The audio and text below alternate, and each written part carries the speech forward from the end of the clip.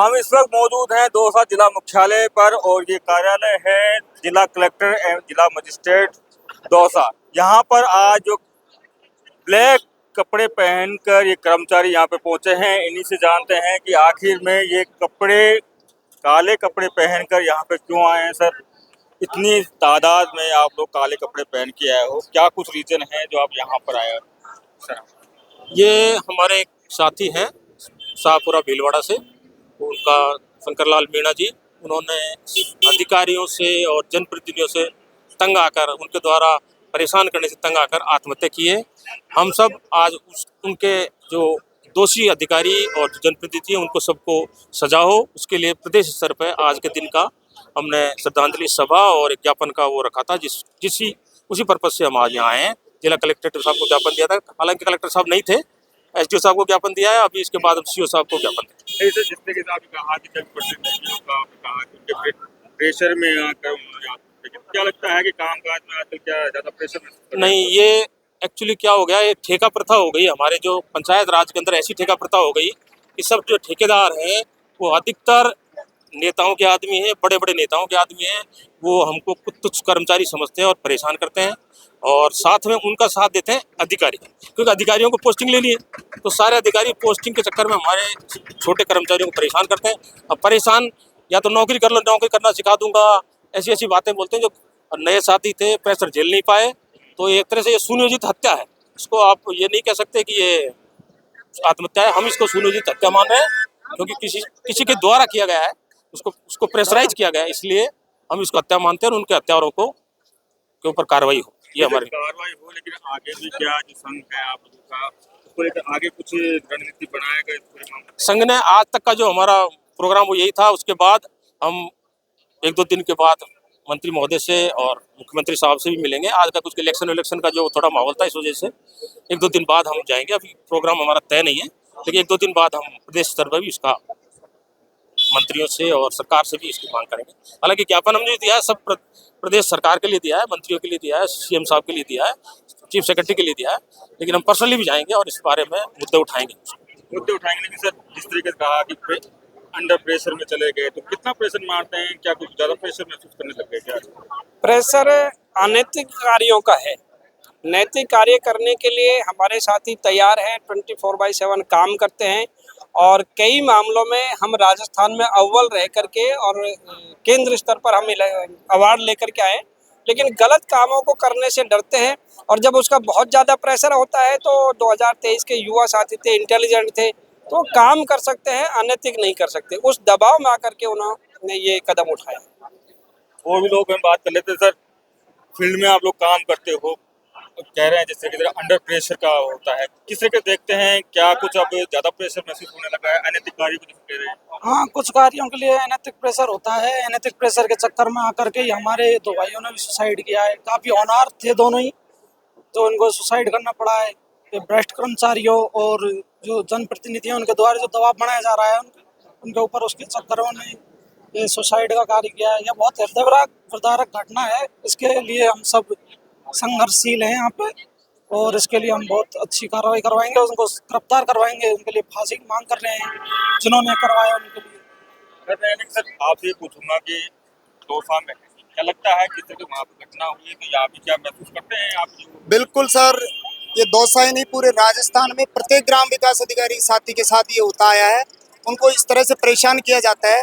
जब सरकार के कोई भी निर्देश, कोई भी आदेश समय पे निकलने चाहिए, वो समय पे नहीं निकलकर तत्काल रात में भी कर्मचारी के काम करने का एक सरकार द्वारा निर्धारित समय कि कार्यालय 9:30 से और 6 बजे तक खुलेंगे, लेकिन आज के हालात ऐसे 24 घंटे व्हाट्सएप पे मैसेज और त्वरित कार्रवाई कराने के लिए, जबकि ग्राम विकास अधिकारी फील्ड का कर्मचारी है, उसको फील्ड में जाना होता है, उसी को सारा काम इम्प्लीमेंटेशन करना होता है।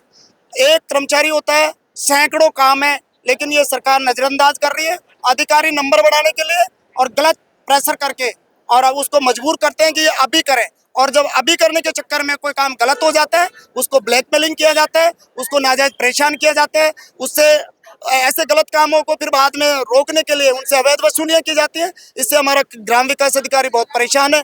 अवसाद है। आप सोचिए, वो आत्महत्या के लिए मजबूर हो रहा है, जो इतना कड़ा संघर्ष के बाद वो एग्जाम फाइट करके ग्राम विकास अधिकारी बनता है। आपको ध्यान दिला दूं, ग्राम विकास अधिकारी की एग्जाम आरएस के माफिक होती है। उसका प्री होता है, पहले टेट होता है, उसके बाद प्री एग्जाम होता है, उसके बाद मेंस होता है और तब जाके वो सेलेक्ट होता है।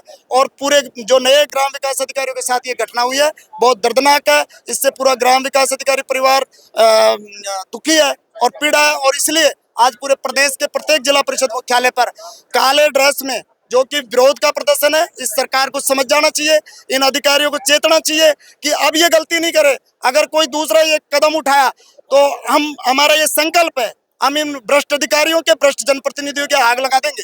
ये हम बहुत दुखी हैं, दुखी मन से इस पीड़ा को वो कर रहे हैं। कोई छुट्टी नहीं है, शनिवार रविवार कुछ नहीं है। अधिकारी ये कहती है करना है कि नहीं करना, फिर ग्राम विकास अधिकारी क्या करेगा? उसके भी परिवार है, उसके भी बच्चे हैं, लेकिन कुछ नहीं।